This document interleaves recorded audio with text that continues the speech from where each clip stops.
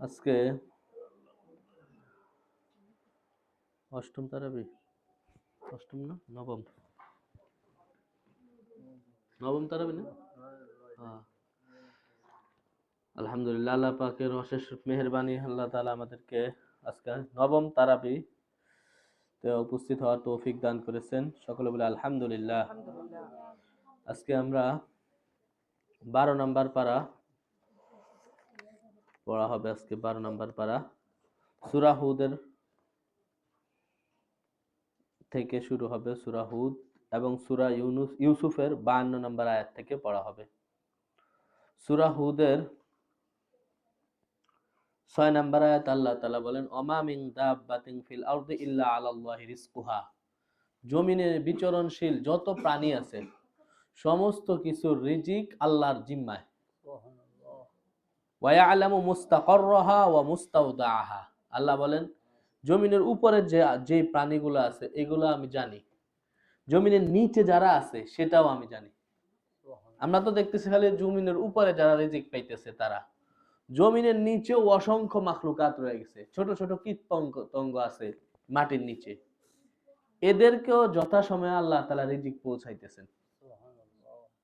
আল্লাহ বলেন, এই জমিনের উপরে যেগুলো আছে সেগুলা যেরকম আমি আল্লাহ জানি, মাটির নিচে লুকায়িত আমার অসংখ্য অগণিত মাখলুক রয়ে গেছে, এদেরকেও আমি জানি এবং এদের রিজিকের জিম্মাদারিও আমি আল্লাহ। হাদিস শরীফের মধ্যে আসছে, মানব জাতি সৃষ্টির 50,000 বছর পূর্বে আল্লাহ তাআলা মানুষের রিজিক নির্ধারণ করে দিয়েছেন। এবং হাদিসের মধ্যে আল্লাহ রাসূল বলেন, জাফাতিল কলম, কলম শুকিয়ে গেছে এবং যেই খাতার মধ্যে মানুষের তাকদীর লেখা হয় সেটাও বন্ধ করে ফেলা হয়েছে। মানুষ কি খাবে না খাবে এটা আল্লাহ তাআলা মানব সৃষ্টির 50,000 বছর আগেই সব কমপ্লিট করে দিয়েছেন। সুবহানাল্লাহ।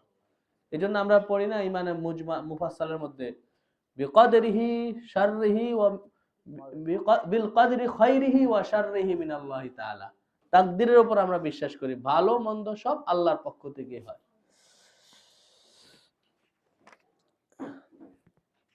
সূরা হুদ, হুদ আলাইহিস সালাম একজন আল্লাহর নবী ছিলেন, সেই নবীর নামে এই সূরা হুদ এর নামকরণ করা হয়েছে। এরপরে সূরা হুদের মধ্যে নূহ আলাইহিস সালাম যে তার জাতিকে দাওয়াত দিয়েছেন, প্রায় 950 বছর ওনার সম্প্রদায়ের লোকগুলাকে উনি দাওয়াত দিয়েছেন। 80 থেকে 82 জন লোক মুসলমান হয়েছেন, আর কেউ তার কথা মানে নাই। তাকে বিভিন্নভাবে কষ্ট দিছে, রক্তাক্ত করে ফেলছে মারতে মারতে, বেহুশ করে ফেলছে মারতে মারতে। হুশ ফিরে আসছে, বলছে আমার কি কাজ, আমাকে তো মারতে মারতে বেহুশ বানিয়ে ফেলছে।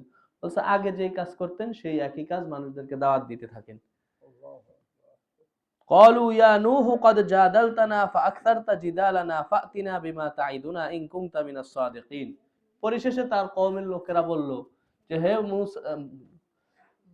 নূহ, তুমি তো অনেক বুঝাইছো আমাদেরকে, অনেক কিছুই আমাদের সাথে বিতর্ক করছো, বিভিন্ন ভাবে আমাদেরকে বুঝাইছো, এখন দেখি যে আযাবের ভয় আমাদেরকে দেখাও, সে আযাব পাল্লাইনে দেখাও। পর আল্লাহ তাআলা চূড়ান্ত ঘোষণা করলেন কি, ওয়া উহিয়া ইলা নূহিন আন্নাহু লা ইউমিনা মিন কওমিকা ইল্লা মান ক্বাদ আমান।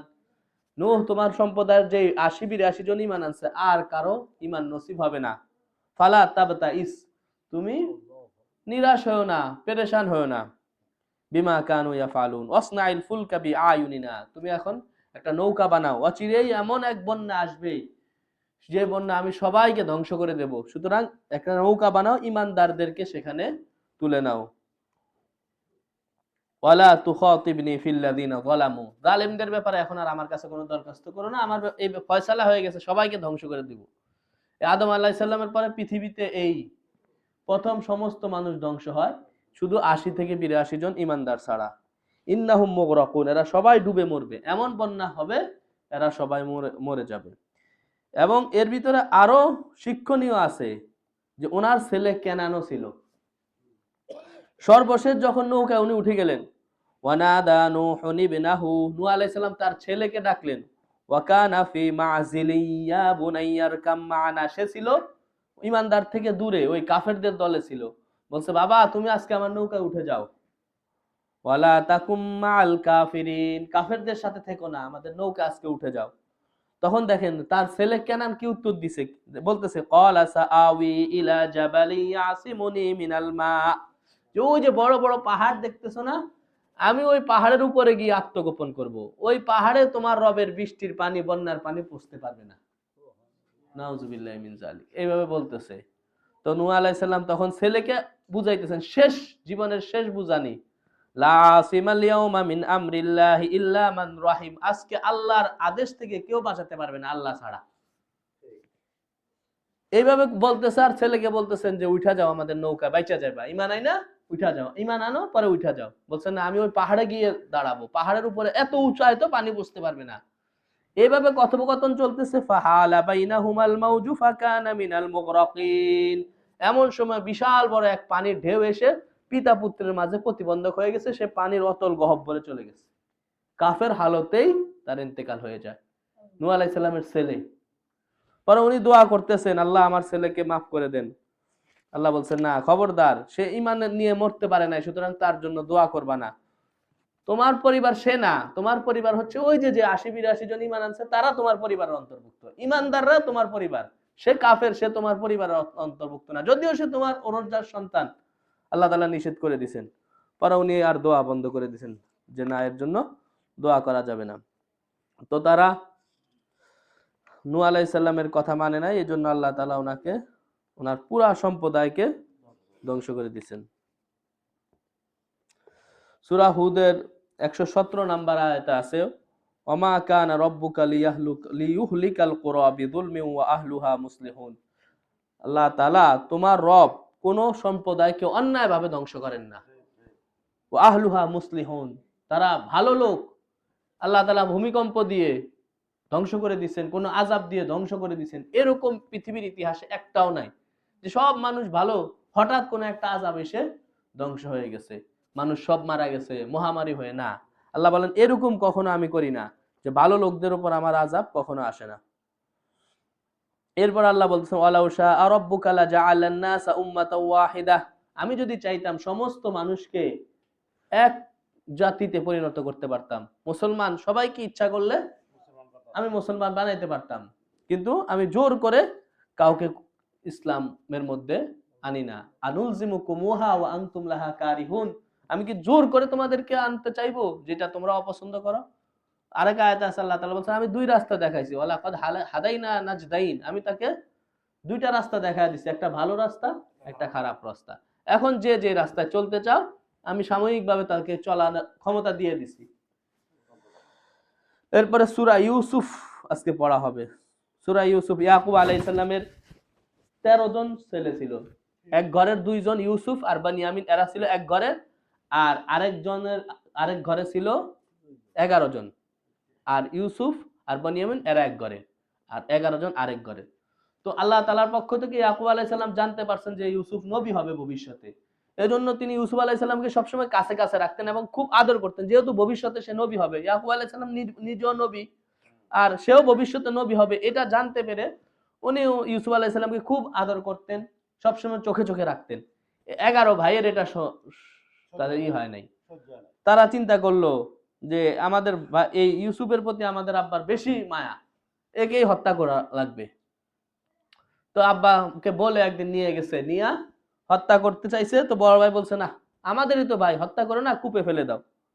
তো কূপে ফেলে দিয়ে জামার মধ্যে রক্ত মাখায়া নিয়ে আসছে, এসার সময় আসছে, জাউ এসা আইয়াবকুন, আয়েশা বলতেছে আব্বা আমাদের এই ভাইকে তো আকালাহু যিবু, বাঘে খেয়ে ফেলছে।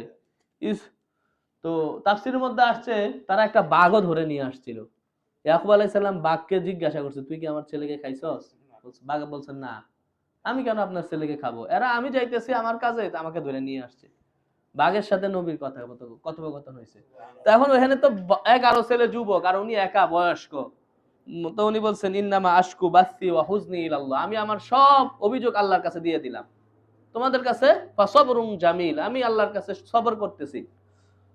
এরপরে সেখান থেকে আল্লাহ তাআলা ওনাকে এই কূপের থেকে উঠাইলেন, আজ মিশরের বাদশা কিনে নিয়ে গেল, সেখান থেকে উনি গিয়ে মিশরের বাদশা হয়ে গেলেন, মিশরের খাদ্যমন্ত্রী হলেন। সব আল্লাহ তাআলা যেভাবে চাইছেন ওইভাবে হয়েছে। এখানে এই ঘটনাগুলো তুলে ধরছেন। এবং উনি জেলখানায় গেছেন মিশরের। জেলখানার ভিতরে ওনার সাথে দুইজন লোক ছিল, দুইজন লোক ওনার সাথে জেলখানায় গেছে, উনি ওই তাদেরকে দাওয়াত দিয়েছেন জেলখানার ভিতরে। তো নবীদের এটাই ফিকির, জেলখানার ভিতরে বসেও তারা ছিল মুসলমান ছিল না, তো তাদেরকে তিনি দাওয়াত দিছেন ইউসুফ আলাইহিস সালাম জেলখানার ভিতরে। আল্লাহ তাআলা সেই কথাও এখানে তুলে ধরছেন এই সূরার মধ্যে। উনি বলছেন আতা'বুদুনা মিন দুনিহি ইল্লা আসমাআন সাম্মাইতুমুহা আনতুম ওয়া আবাউকুম, তোমরা আল্লাহকে ছেড়ে ওই সরস্বতী, দুর্গা, লাত, উজ্জা এগুলা কিছু নামের পূজা করো, যেগুলা তোমরা তোমাদের বাপ দাদারা নাম রাখছে, আল্লাহর ইবাদত করো না। মা আনজালাল্লাহু বিহা মিন সুলতান ইনিল হুকমু ইল্লা লিল্লাহ, সমস্ত বিচার, সমস্ত হুকুম, আদেশ এটা আল্লাহ করার ক্ষমতা আছে, মানুষের কোনো বিধান দেওয়ার ক্ষমতা নাই। আমার আল্লাহ তা'বুদু ইল্লা ইয়া, আমার আল্লাহ আদেশ দিয়েছেন যে তোমরা এক আল্লাহ ছাড়া আর কারো ইবাদত করো না। যালিকাদ দীনুল কাইয়্যিম, এটাই মজবুত দিন। ওয়ালাকিন্না আকসারুন নাসি লা ইয়ালামুন, কিন্তু অধিকাংশ মানুষ জানে না। এভাবে সূরা ইউসুফের আজকে 52 নম্বর আয়াত পর্যন্ত পড়া হবে, যেখানে ওনাকে জেলখানা থেকে বের করার যে অংশ, সেই অংশ পর্যন্ত পড়া হবে। আল্লাহ তাআলা আমাদেরকে যে আলোচনা করা হলো সেগুলো বুঝার এবং আমল করার তৌফিক দান করুন।